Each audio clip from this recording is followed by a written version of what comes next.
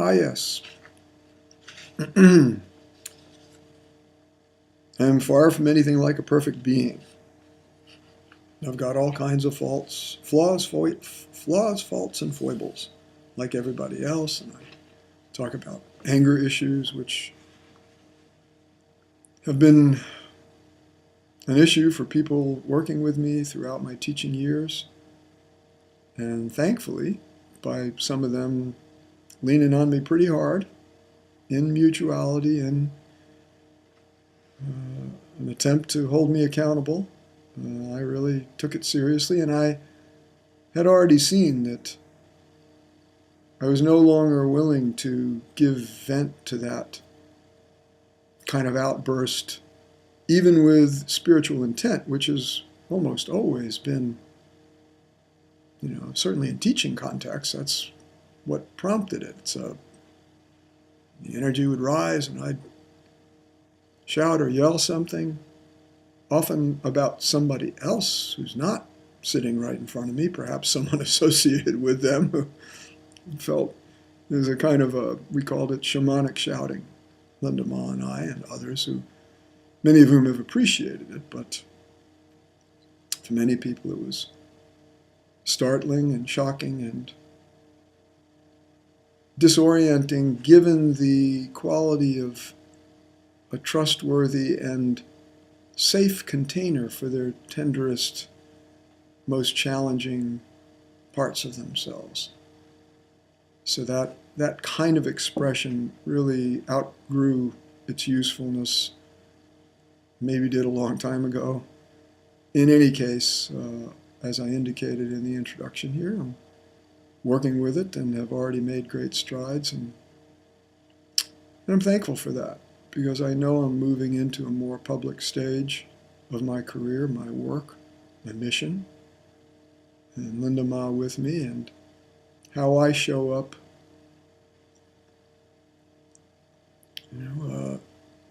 inevitably can impact and have implications for, consequences for the whole work, the whole Waking Down network of teachers, the community of participants, which is growing and will continue to. So it's important that I be truly, fully in control of such impulses and no longer habitually give vent to them and indulge them. And I feel like I've gotten to that place with the help of a wonderfully astute therapist and my very profound intention to find out what were the underpinnings of this that aren't about sacred intention to be of service to others. And sure enough, there were some, have been. I'm working with it. What else do I want to say here? Oh yes, well, about that though, and we'll talk more about this. I do not want to give you the impression that the work of cooperating with the sun in your heart as it's rising necessarily entails anything like trying to get rid of or perfect, transform, fix aspects of your human personality. It's so much more a process of learning how to be with, to allow, we say, green light, in general, not always, and certainly not in contexts in which you are potentially or obviously hurting yourself or others. But this is not about a personality perfection project.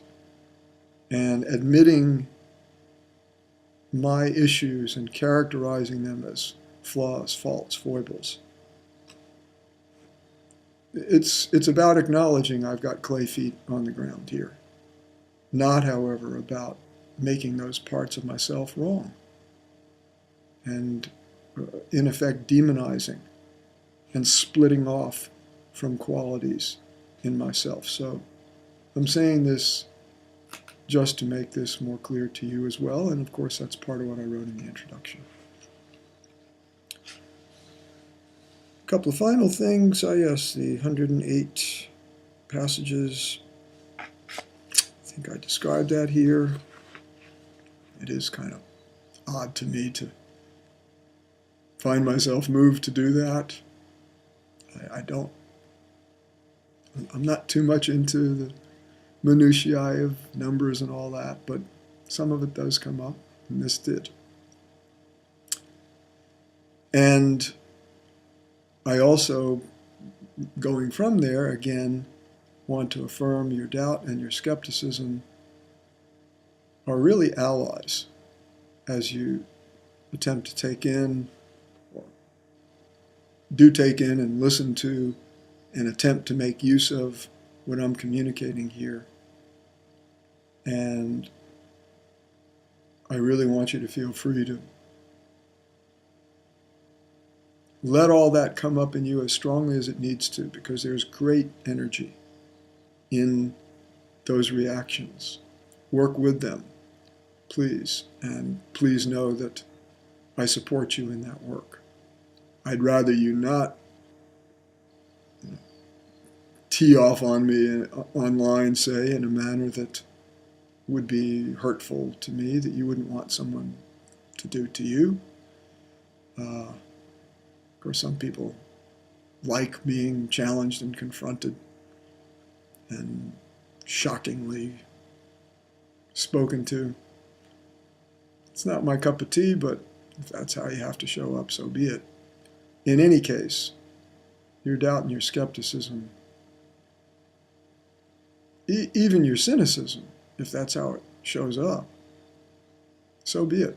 Work with it and see if the mix of you, me, what I have to say and communicate, and what you feel, your responses, your reactions, see what that mix reveals over time.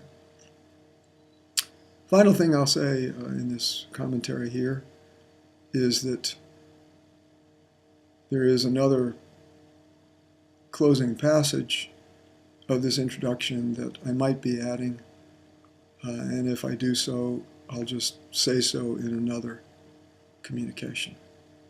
So thank you for listening. Thank you for being with me.